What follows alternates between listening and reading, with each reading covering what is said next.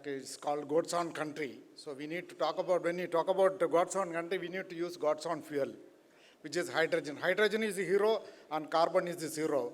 We need to go back to our roots. I think that is what Kerala is doing. In fact, we want to be net zero by 2050, 100% RE by 2040, and developed state by 2030, 2047. So that's the way we are looking at. In fact, if you take the hydrogen, maybe Kerala is done the first solar airport in the entire world. I think we built on a PPP mode. World's single largest fleet of electric boats, 76 boats under single command and control. Honorable Prime Minister has launched it recently. In fact, Cochin Shipyard did it. After that, Cochin Shipyard started getting a lot of orders from Norway, including Asco Marine and Wilson and all. So that is where I think Make in India is actually happening. We need to move from reliance to self-reliance, independence of other countries to independence. I think hydrogen is the most democratic fuel. As far as you have got the blessings of the God in solar energy and you have got the love of water, then you can make hydrogen anywhere. Now, the critical element is how do you address the issue of reducing the cost of hydrogen so that it's affordable. And how do you make sure that it's affordable for everyone? That is where there are two routes. One is HICE engine as far as mobility is concerned, where hydrogen can be straight away used as a fuel, or go for methanol or ammonia, as was mentioned earlier by Denmark ambassador. So I think we are working on it. Maybe fuel cell may be a long-term goal. Now coming back to the hydrogen is estimated to contribute around 6% by 2050, and where India stands, what is the advantage of India? I think we are one of the cheapest power in the entire world. I will be showing in another slide. And probably what is the advantage of Kerala? We have got all the four elements. We have got water, we have got solar, we have got pumped hydro, we have got the world-class ports which can cater to both East and West. Whether it is Japan, Korea, or export to Europe, we are at the middle point. That's the advantage.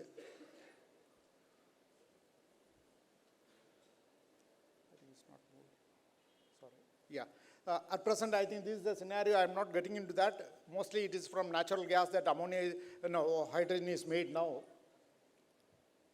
In fact, India imports almost around 60 billion, out of which I think 8. Already there's a ready-made market. I think earlier there was some discussion on whether Africa can be the energy hub. No, Africa cannot because there is not enough domestic demand. India is one of the, maybe this slide shows that India imports in the single largest importer of ammonia in the entire world. That's the biggest market. We are the largest market in the world. This is the age of India, and India has to lead the world, and I'm sure it's going to happen, provided we make use of the opportunity. I think Rastan sir is here. He tried to bring the pumped hydro, but we missed the opportunity. But now we are realizing what is the need for a pumped hydro in the country. Solar, if you have to balance, you need RE in the night. You need a pumped hydro. I think Kerala is really blessed with enough potential. Yeah, this shows the excellent RE resource India has got. And if you just compare across maybe 365 days, I think we are in a comfortable position because rest of the world, they don't have the solar potential.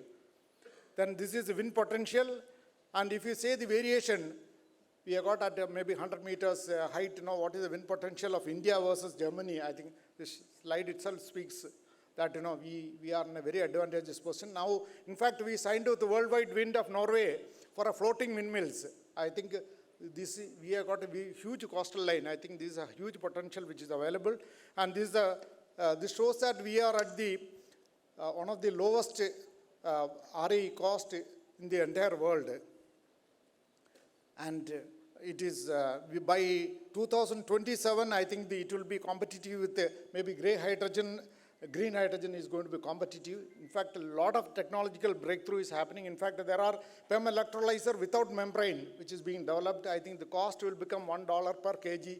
It is possible. I think the technology is, I always used to say, the Kerala being the birthplace of the greatest scientist ever born on earth, who had the technology to go up to sun, moon, and stars. He tried to change the planetary position of the earth. That is where the earth rotation has been affected. So can't we lead maybe the first disruption in the world which has happened was on the spice trade. I think this is an age of disruption. I think we will be able to disrupt the world with our technological maybe advancement. And lowest cost hydrogen, India can make it.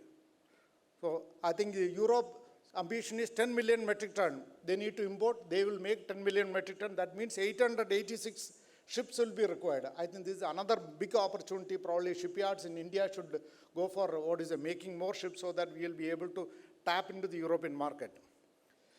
So this shows the comparison of what various products, maybe ammonia and methanol are the low-hanging fruit. Maybe we need to look at, in fact, some of the companies like J-Turbo has patented the technology to liquefy hydrogen using the cold energy from LNG. I think so that the cost of liquid hydrogen can be brought out as a long-term solution. I think we need to look at it. In fact, we need to make ships also so that either ammonia has got a nitrogen, a NOx, other one methanol has got, though it is net zero, but I think carbon neutral, but I think carbon emissions will be one issue.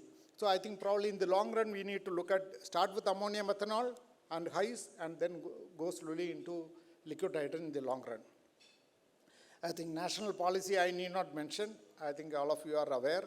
Then what is Kerala's vision? As I said, we want to be 100%. So we need to become net zero by 2050 means we have made an action plan for the state in each sector, what needs to be done in the energy sector, in the transportation sector. In fact, we are working with Ashok Leyland and Reliance for the HICE technology. In fact, it's perfected. Maybe this year, I think we will have the, in fact, Cummins has started already making, diesel generator is going to be replaced with the HICE technology. So I think maybe I'm not getting into those details. What is the action plan and how much the government has to spend and what government of India has to spend and what private sector has to do to make it net zero.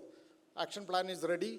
And we have brought out, we have got huge potential, almost 9 gigawatt is the potential for floating solar. As I said, we made the first solar airport in the world. And in fact, we are giving free charging to all the vehicles. Around 76 charging centers we put free for anyone. So even if Suez Canal is blocked or if there is any issue in the fuel sector, you don't worry. As far as sun god is giving you the power, you have got the charging which is free and available in the God's own country. So floating solar, we have got 60 reservoirs. World Bank has funded us to study the technical feasibility, including the bathymetric study, geotechnical, geophysical investigation. 20 reservoirs, they identified 6,000 megawatt. In fact, we are now, the policy is ready to allow private sector to invest in the floating solar. That's a. Second is a Kochi Green Hydrogen Hub, India Hydrogen Alliance. Already the DPR is getting ready. By September, we would like to launch it before the G20 summit. And Hydrogen Valleys, we are working with the Netherlands and Groningen University on, so that you bring the industry, the academia, as well as the, the research together. Then Green Transport Corridor, we have got a 600 kilometer national waterway from one end of Kerala to the other. We would like to use it for a hydrogen hubs across the state. So that liquid hydrogen you transport, just like US has done the master plan for where all hydrogen fueling stations with the liquid hydrogen, boil off gas for the Mirai car and etc. And then you use generate power from that. That is ready. Floating solar policy. In fact, due to paucity of time, I'll share the presentation with all of you.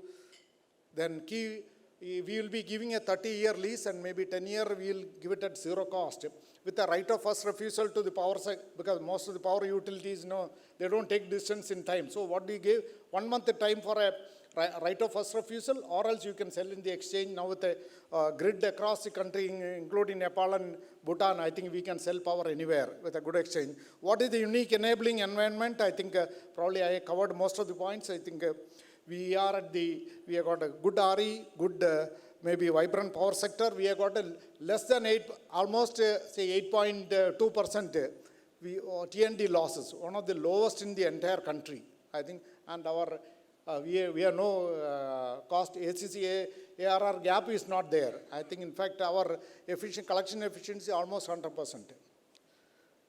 Then potential demand centers, I will be covering that. Probably ongoing projects or global cooperation.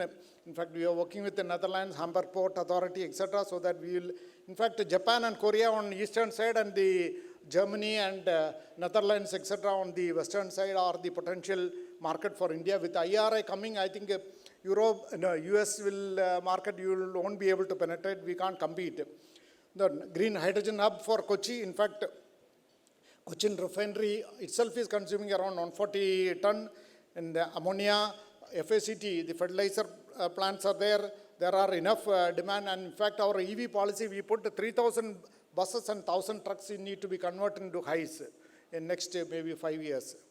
And it is possible with maybe 10 to 12 lakhs, easily you can convert. Probably we have requested Government of India that FAME to subsidy. Yeah, I think 5 minutes, I'll close it.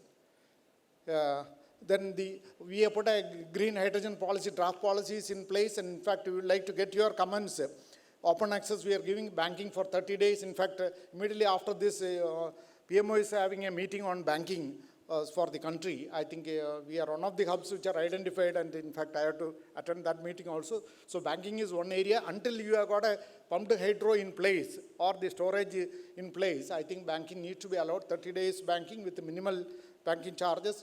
We are the first state in the entire country to announce 2 billion for a viability gap funding or equity or a grant, so that it becomes viable. We need to be competitive in the global market. That means the power has to be given at 3 rupees, maximum 3 rupees, and maybe $3 per kg for the ammonia. Otherwise, you won't be competitive. So I think the cross subsidization or whatever is that to make them viable, it needs to be funded.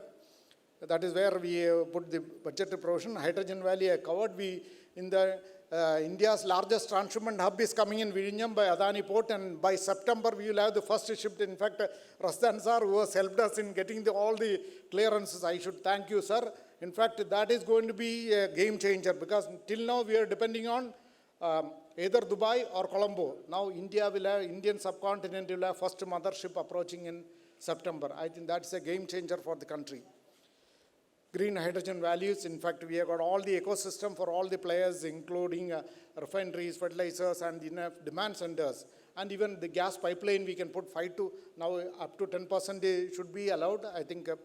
Then sustainable aviation fuel is another area which we are working. Cochin International Airport is working, including Norway and IITs are cooperating. We have got huge peat deposits in the Alapi district, which can be converted into hydrogen and carbon black, so that there are no emission, and it's one of the cheapest hydrogen which is available. And green transport corridors we have already identified with across the state. And along the highways, in fact, along the waterways, we are acquiring the land for the hydrogen fueling stations. Probably you might have seen the water metro. I think the same boat we are now at present is using LTO battery, which is now we are replacing the LTO battery with the fuel cell, so that it can have a long range, and across the state you can use it. Even the houseboats we are converting into HICE, so that the emission, the water bodies are not polluted. These are the West Coast Canal which we are converting, and PPP we have given. Maybe last slide is we invite all of you to come to the God's own country. As Nostradamus has once predicted, the world where the 3 oceans meet, that is going to be the world's trade is going to be centered in 21st century, where 3 oceans meet. We are at the tip of India with the single law, maybe where motherships can come.